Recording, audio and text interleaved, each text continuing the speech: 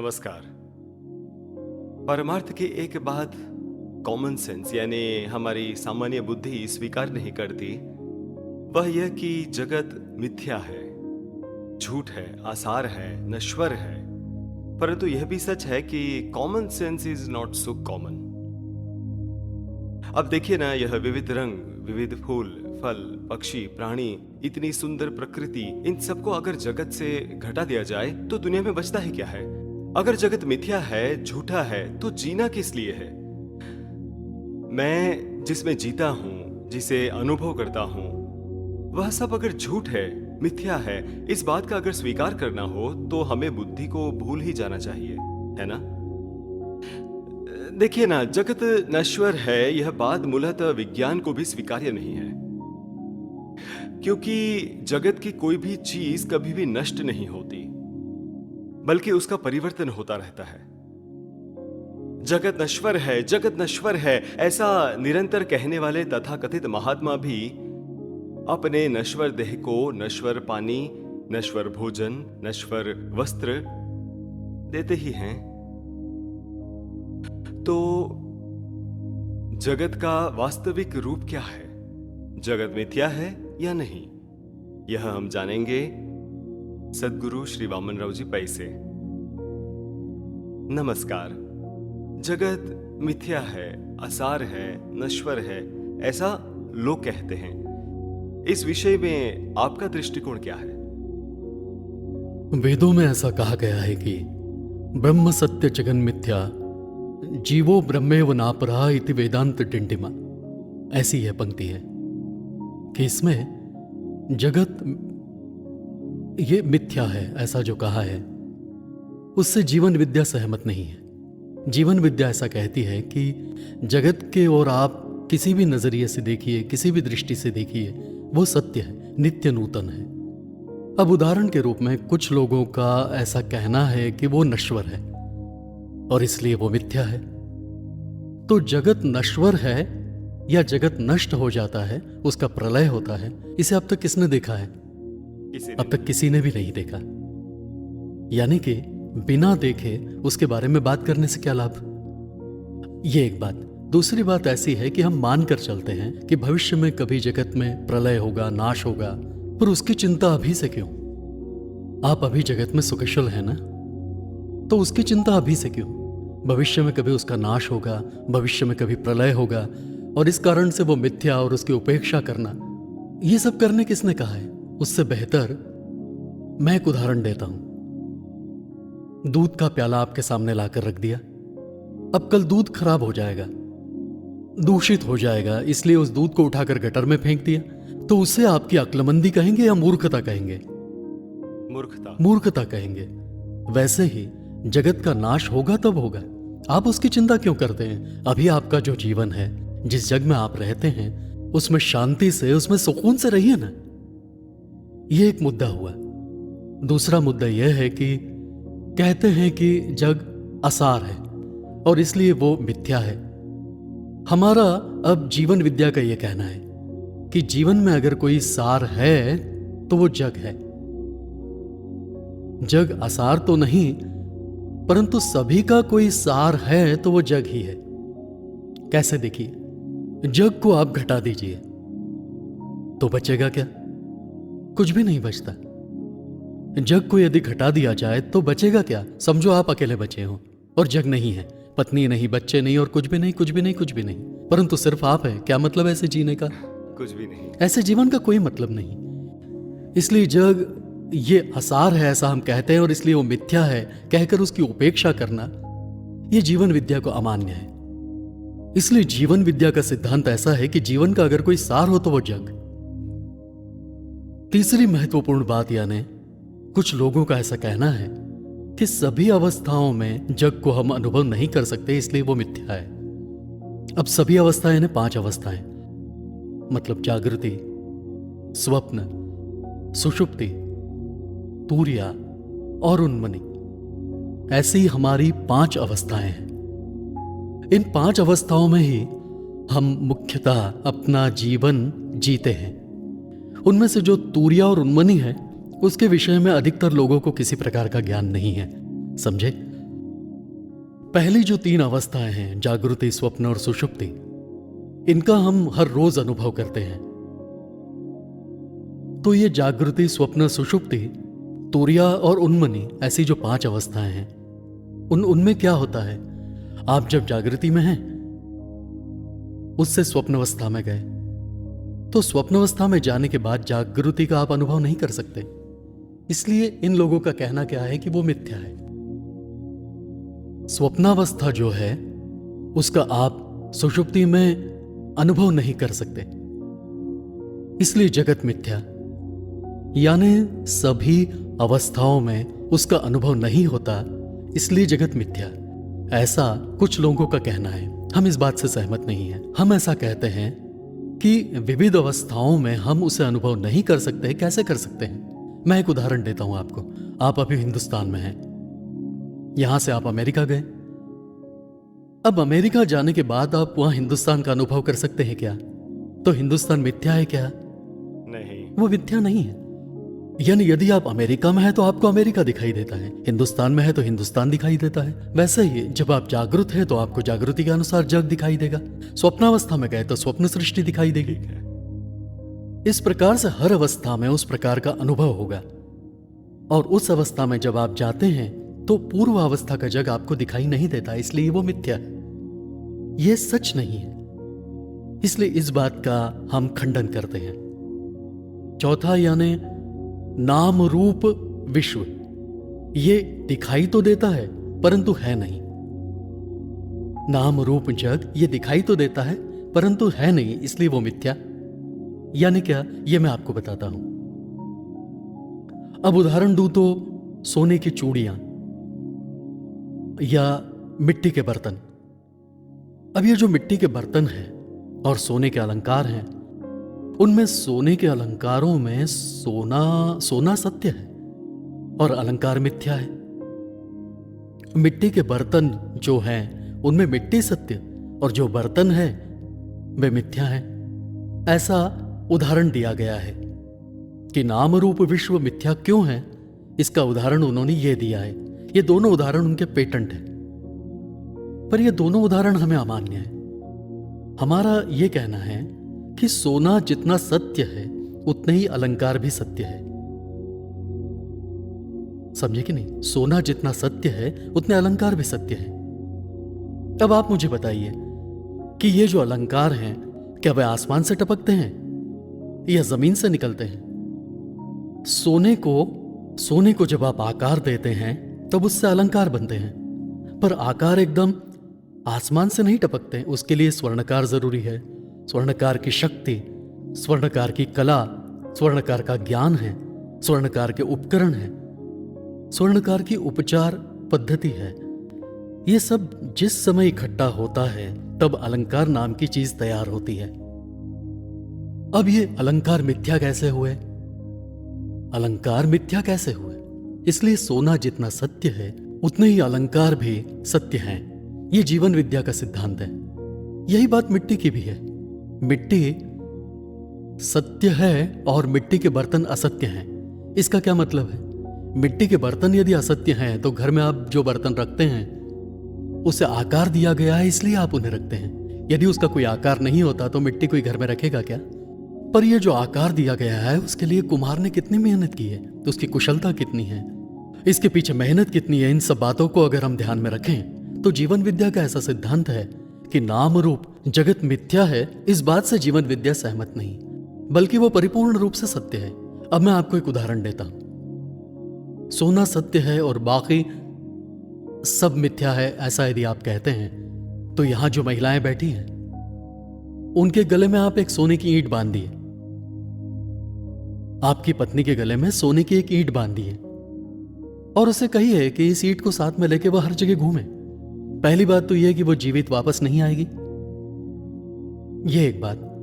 और उसे गले में लेकर यदि वो घूमेगी तो उसे बोझ लगने लगेगा। तब अजी मुझे नहीं चाहिए, इसे निकाल दीजिए, ऐसा कहेगी। पर उसी सोने की ईंट के अलंकार बनाए, जैसे चेन, चूड़ियां, कंगन, अंगूठियां, हार, ऐसे सारे अलंकार पहनाए आपकी पत्नी को, तो पत्नी खुश होगी कि नहीं? तो अब ईंट सत्य या अलंकार सत्य?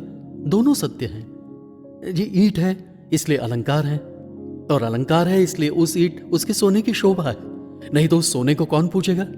उस सोने को भी कोई नहीं पूछेगा, स्वर्णकार को भी कहीं नहीं पूछेगा, और कुछ भी नहीं। ये अलंकार है इसलिए उन सबका ठाठ है, और इसलिए अलंकार सत्य है, ऐसा हमारा कहना है। यही बात नाम रूप जगत की है। ये जग जो है उसकी ओर आपने यदि देखा तो उसके नाम रूप होने की वजह से ही आनंद है। आज विविध पक्षी हैं, विविध पशु हैं, विविध मछलियां हैं, विविध वनस्पतियां हैं, पर्वत, नदियां, झील, जो कुछ भी नाम रूप है, इनमें सौंदर्य है, मजा है। अब इन सबको यदि आपने घटा दिया तो आपके जीवन का कोई मतलब नहीं रहेगा। इसलिए जीवन विद्या का सिद्धांत क्या है कि ये जो नाम रूप जगत है वो स्वर्णकार जैसा है। पहला है रॉ मटेरियल, दूसरी बात वो विधाता, जिसने ये नाम रूप का निर्माण किया है वो विधाता, उसकी कुशलता, उसका ज्ञान, उसकी जो मेहनत है, वो सब मिलाकर इस जगत का निर्माण हुआ है। और ये जगत कैसा है? अनंत रूपे अनंत वेशे, ऐसे अनंत रूपों में, अनंत वेशों में इन्फिनिट ऐसा है, और उसकी वजह से विश्व की शोभा बढ़ी है। आप केवल ब्रह्म ब्रह्म कहते रहेंगे और जग नहीं है तो ब्रह्म को कौन पूछेगा? वैसे ही सोने की ईंट को कौन पूछेगा? अलंकारों के कारण शोभा होती है। वैसे ही इस विश्व के कारण ब्रह्म की शोभा बढ़ी है। यह जीवन विद्या का सिद्धांत है। अब पांचवा उदाहरण देना हो तो वेदांती क्या कहते हैं? ब्रह्म स्वरूप पर जगत का मृगजल की भांति आभास होता है, इसलिए वो मिथ्या है। हमें यह सिद्धांत स्वीकार नहीं। वेदांत का हमारा कहना है कि वस्तु स्थिति, व्यक्ति और उसे दिखाई देने वाला आभास, या उसे जो भी दिखाई देता है वो ये तीन बातें हैं। अब वस्तु स्थिति क्या है? मृगजल यानी क्या? आसमान से सूर्य की तप्त किरणें जमीन पर पड़ती हैं, उस वजह से जमीन पर मृगजल का यानी पानी है ऐसा आभास निर्माण होता है, जिसके कारण मृग यानी हिरण, उन्हें क्या लगता है कि वहां पानी है, इसलिए वे पानी के लिए उसकी तरफ भागते हैं, इसलिए उसे मृगजल कहा जाता है। वैसे ब्रह्म सत्य है और जग मृगजल है, इसलिए वो मिथ्या है ऐसा कहते हैं। हम इससे सहमत नहीं। हमारा कहना है कि जगत ब्रह्म जो है वो ब्रह्म जैसे सत्य है, वैसे ही उस पर जो भी आभास होता है, आप जिसे आभास कहते हैं वो आभास नहीं बल्कि दृश्य है। आप उसे आभास कहते हैं पर वो है दृश्य। आभास किसके लिए? जिसे वो ठीक से समझ में नहीं आया उसके लिए आभास, यानी जो अज्ञानी है उसके लिए वो आभास है। जो ज्ञानी है वो कहेगा ये आभास नहीं है, ये तो दृश्य है। अब दृश्य सत्य या मिथ्या है? दृश्य सत्य है, यानी ब्रह्म सत्य, उस पर दिखाई देने वाला दृश्य सत्य है। और जो देखने वाला है वो देखने वाला उसे कैसे देखेगा? उसने अगर आंखों पर काला चश्मा लगा लिया, काला, तो वो सब कुछ काला नजर आएगा उसे। किसी मनुष्य को भवरोग हुआ है तो उसे जगत अलग ही दिखाई देगा। रोगी मनुष्य को जग अलग दिखाई देगा और निरोगी मनुष्य को अलग दिखाई देगा। वैसा ही यहां भी है कि आप जगत की ओर देखते समय आपको अपने अज्ञान के कारण आभास हो रहा है, तो उसमें जगत का क्या दोष? आप जगत को क्यों मिथ्या कहते हो? आप ऐसा कहो कि यह गलत है, देखने वाले की गलती है। देखने वाला यदि सोचे कि यह मृगजल नहीं है, यह तो कोई सुंदर दृश्य है, पानी का कितना सुंदर आभास हो रहा है, यह दृश्य कितना सुंदर है, ऐसा हम कहेंगे। परंतु वे क्या कहते हैं कि वो आभास है, इसलिए वो मिथ्या है। इसलिए देखने की जो दृष्टि है वो हमारे कहने के अनुसार जिसे हम ब्रह्म कहते हैं, उस ब्रह्म का जगत पर होने वाला आभास नहीं है। ब्रह्म ही जगत में विविध रूप धारण करता है, जिसे हम ब्रह्म कहते हैं। एको हम बहुश्यामि प्रजा, ये ऐसा कहा गया है, यानी कि एक ही अनेक हो गया। जो ब्रह्म स्वरूप था वही अनेक हो गया। इसलिए ये जो अनेक हुआ उसमें जो विविधता है या जो आभास हो रहा है, यह आभास अज्ञानी मनुष्य को होता है। मृगजल मानकर उसके पीछे हिरण दौड़ता है, मनुष्य दौड़ेगा क्या? यदि ज्ञानी होगा तो वो कहेगा ये पानी नहीं है, ये पानी का दृश्य, पानी जैसा दृश्य है ऐसा कहेगा, वो दौड़ेगा नहीं। पर मृग दौड़ता है क्योंकि वह अज्ञानी है, या फिर कोई पागल मनुष्य होगा तो वह दौड़ेगा, अज्ञानी। पर ज्ञानी नहीं दौड़ेगा। तो ये दोष किसका है? जगत का दोष नहीं है, उसे देखने वाले का दोष है। इसलिए जीवन विद्या कहती है कि देखने वाले का दोष है, तो देखने वाला उसे दूर करे, फिर जगत जैसा है वैसा ही दिखाई देगा। इसलिए किसी भी पहलू से जगत मिथ्या नहीं, ऐसा जीवन विद्या का सिद्धांत है। अब दूसरी महत्व की बात यह है कि आप एक बार जगत को मिथ्या मिथ्या मिथ्या कहने लगे तो जीवन नीरस हो जाता है। फिर आपका ध्यान संसार में नहीं रहता, नौकरी धंधे में नहीं रहता, ये सब मिथ्या है। फिर हमें यह सब क्यों करना चाहिए? ऐसा एक तरह का हमारे यहां निराशावाद निर्माण होता है। ठीक है, समझे?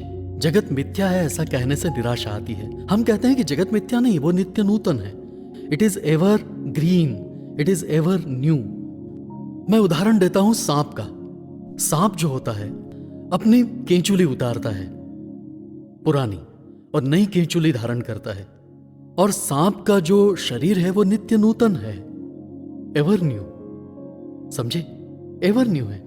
वैसे ही पेड़ के पत्ते झड़ते हैं, फिर उनके स्थान पर नए आते हैं, पुराने लोग चले जाते हैं, उनके स्थान पर नए आते हैं। वैसे ही ये जग नित्य नूतन है, नया है, एवर ग्रीन है, एवर न्यू है।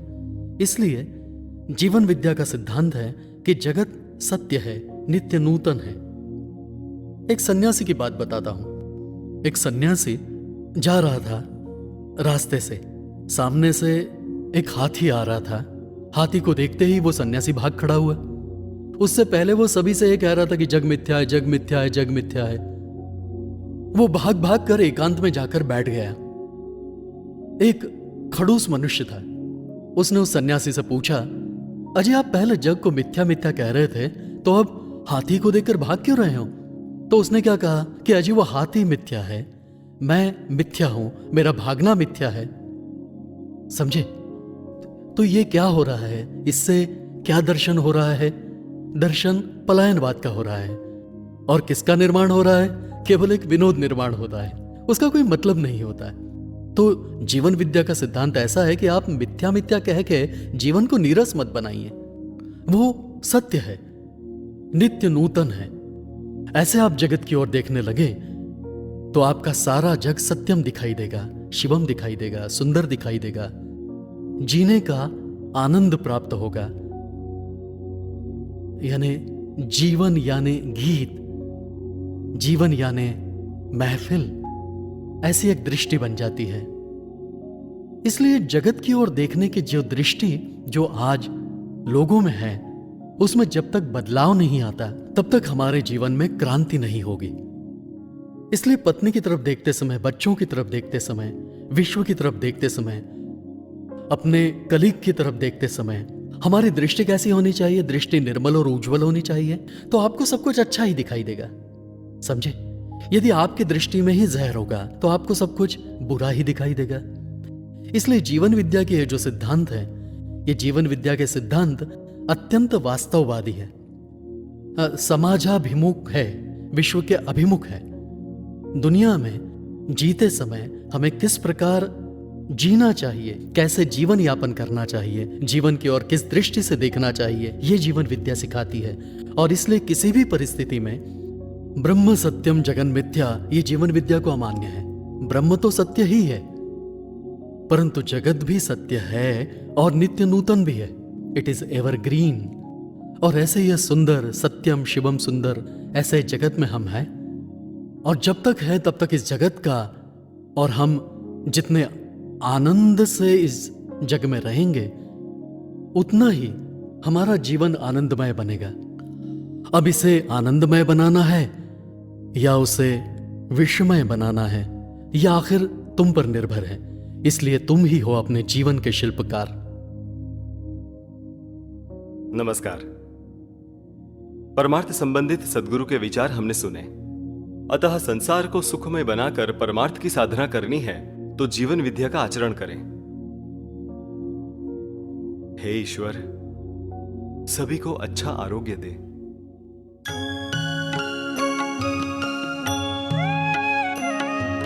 हे ईश्वर, सबको सन्मति दे।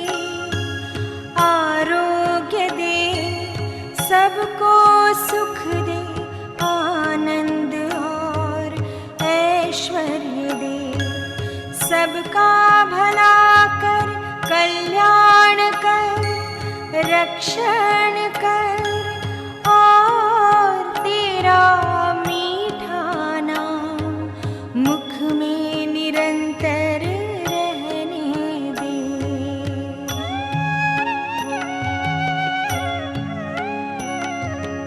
ईश्वर सबको सन्मति दे, आरोग्य दे, सबको सुख दे, आनंद और ऐश्वर्य दे, सबका भला कर, कल्याण